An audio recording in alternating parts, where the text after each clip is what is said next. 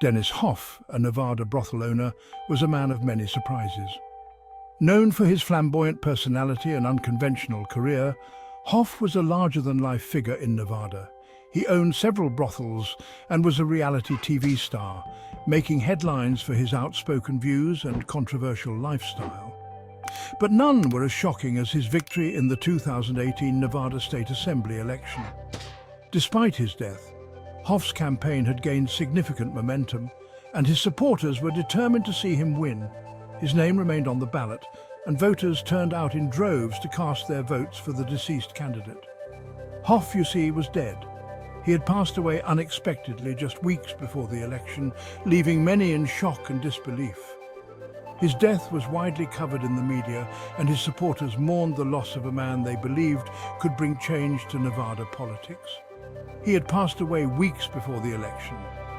Despite this, the election process continued, and Hof's name remained on the ballot.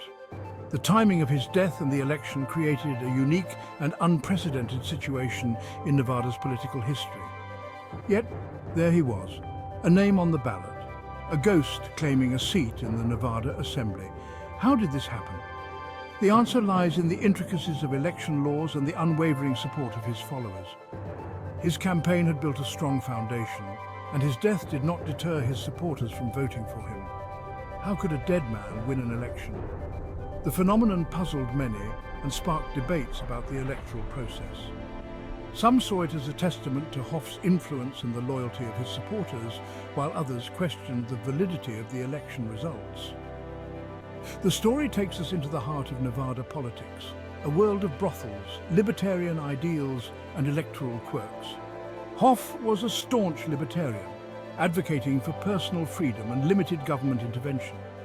His campaign resonated with many voters who shared his beliefs and wanted to see his vision realized. It's a tale that reveals the unexpected turns, the strange loopholes, and the occasional absurdities that democracy can throw our way. The election of a deceased candidate highlighted the complexities of the democratic process and the power of voter sentiment. It serves as a reminder that in politics, anything can happen, and sometimes the most surprising outcomes are the ones that leave a lasting impact. Dennis Hof was a self-proclaimed Trump from Pahrump, a small town in Nye County, Nevada. Known for his larger-than-life personality and unfiltered opinions, Hof was a man who thrived on controversy and attention. Brash, outspoken, and a staunch advocate for legal prostitution, Hof was a controversial figure in Nevada politics. He never shied away from making bold statements or taking a stand on divisive issues, often drawing both fervent supporters and vocal critics. He owned several brothels, gaining notoriety through his HBO reality show Cat House, which offered a behind-the-scenes look at the workings of his establishments. The show brought him national fame and cemented his status as a media personality. But Hof also harbored political ambitions. He believed that his business acumen and unorthodox approach could bring about real change in Nevada's political landscape. In 2018, Hof set his sights on the Nevada State Assembly. He saw an opportunity to leverage his popularity and business success into a political career. He ran as a Republican in a district that heavily favored his party. His candidacy was met with mixed reactions, but he remained undeterred, confident in his ability to win over voters. His platform, lower taxes, less government, and of course, the continued legality and regulation of Nevada's brothel industry. Hof argued that his policies would benefit the state's economy and provide more freedom for its residents. His campaign, much like his persona, was a mix of flamboyance and populism. He held extravagant rallies, where he mingled with supporters and delivered impassioned speeches. Hof's approach to politics was unconventional, but it resonated with many voters who were tired of the status quo. Despite the controversies surrounding him, Hof's charisma and determination made him a formidable candidate. He was a maverick in every sense of the word, challenging norms and pushing boundaries in both his business and political endeavors. As the election approached, all eyes were on Nye County to see if the Maverick from Pahrump could pull off a political upset. Whether loved or loathed, Dennis Hof's impact on Nevada's political scene was undeniable. The 2018 campaign trail was a whirlwind. Hof, true to his nature, campaigned vigorously. He attended rallies, debated opponents, and courted voters with his unique brand of libertarian populism. But fate, it seemed, had other plans. On October 16, 2018, just weeks before the election, Hof was found dead in one of his brothels. It was a shocking turn of events. The 72-year-old candidate's death sent shockwaves through Nevada and beyond. With Hof's sudden death, many assumed his candidacy was over. But the wheels of democracy, once set in motion, are not easily stopped. Nevada law, it turned out, had unusual provisions for deceased candidates. When the votes were counted on November 6th, Hof, the deceased brothel owner, had won. He had defeated his Democratic opponent by a comfortable margin. It was an unprecedented victory, a testament to the enduring power of name recognition, the quirks of electoral law, and perhaps a touch of the absurd.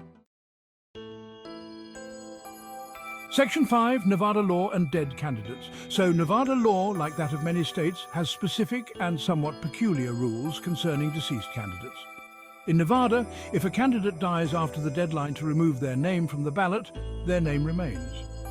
If the deceased candidate wins, the party of the deceased candidate gets to choose a replacement. It's a system designed for continuity, but in this case, it created a bizarre scenario. A dead man winning an election and his party appointing his successor. Section 6. Reactions, Bewilderment and Pragmatism. The news of Hof's posthumous victory was met with a mix of bewilderment and pragmatism. Some found it absurd, a glitch in the matrix of democracy. Others saw it as a strange but ultimately workable quirk of the system. Nevada officials, ever pragmatic, went about the business of addressing the situation. The process of appointing a replacement began. The political machine, despite the unusual circumstances, continued to churn. Section 7. The Replacement Representative. With Hof's seat vacant, the Republican Party in Nye County went about selecting a replacement. They ultimately chose Gregory Hafen II, a Republican who had previously served in the Assembly. Hafen, a rancher and businessman, was seen as a less controversial figure than Hof. He took over the seat, bringing the saga of the dead assemblyman to a close. Section 8. A Quirky Case Study. The case of Dennis Hof's election victory from beyond the grave stands as a quirky case study in the annals of electoral politics. It highlights the oddities that can arise in democratic systems, the unexpected turns that can unfold. More profoundly, it raises questions about the nature of representation, the role of chance and circumstance in elections, and the delicate balance between continuity and the will of the people in a democracy. Section 9. Democracy's Strange Turns. Democracy, for all its virtues, is not a perfect system. It is a grand experiment, constantly evolving and adapting to the changing needs and desires of its people. It relies on rules, on laws, on norms that are constantly being tested and challenged. These elements form the backbone of democratic governance, yet they are often pushed to their limits. The story of Dennis Hof's election reminds us that the path of democracy is rarely straight or predictable. Hof, a brothel owner, won a seat in the Nevada State Assembly despite having passed away weeks before the election. It's a path that can lead to strange and unexpected outcomes. Voters, driven by a variety of motivations, sometimes make choices that defy conventional wisdom. But it's also a path that, in its own messy and imperfect way, strives to reflect the will of the people. This will is expressed through the collective voice of the electorate, a voice that can be both powerful and unpredictable, even when that will takes a detour through the graveyard. The election of a deceased candidate serves as a stark reminder of the complexities and peculiarities inherent in democratic systems.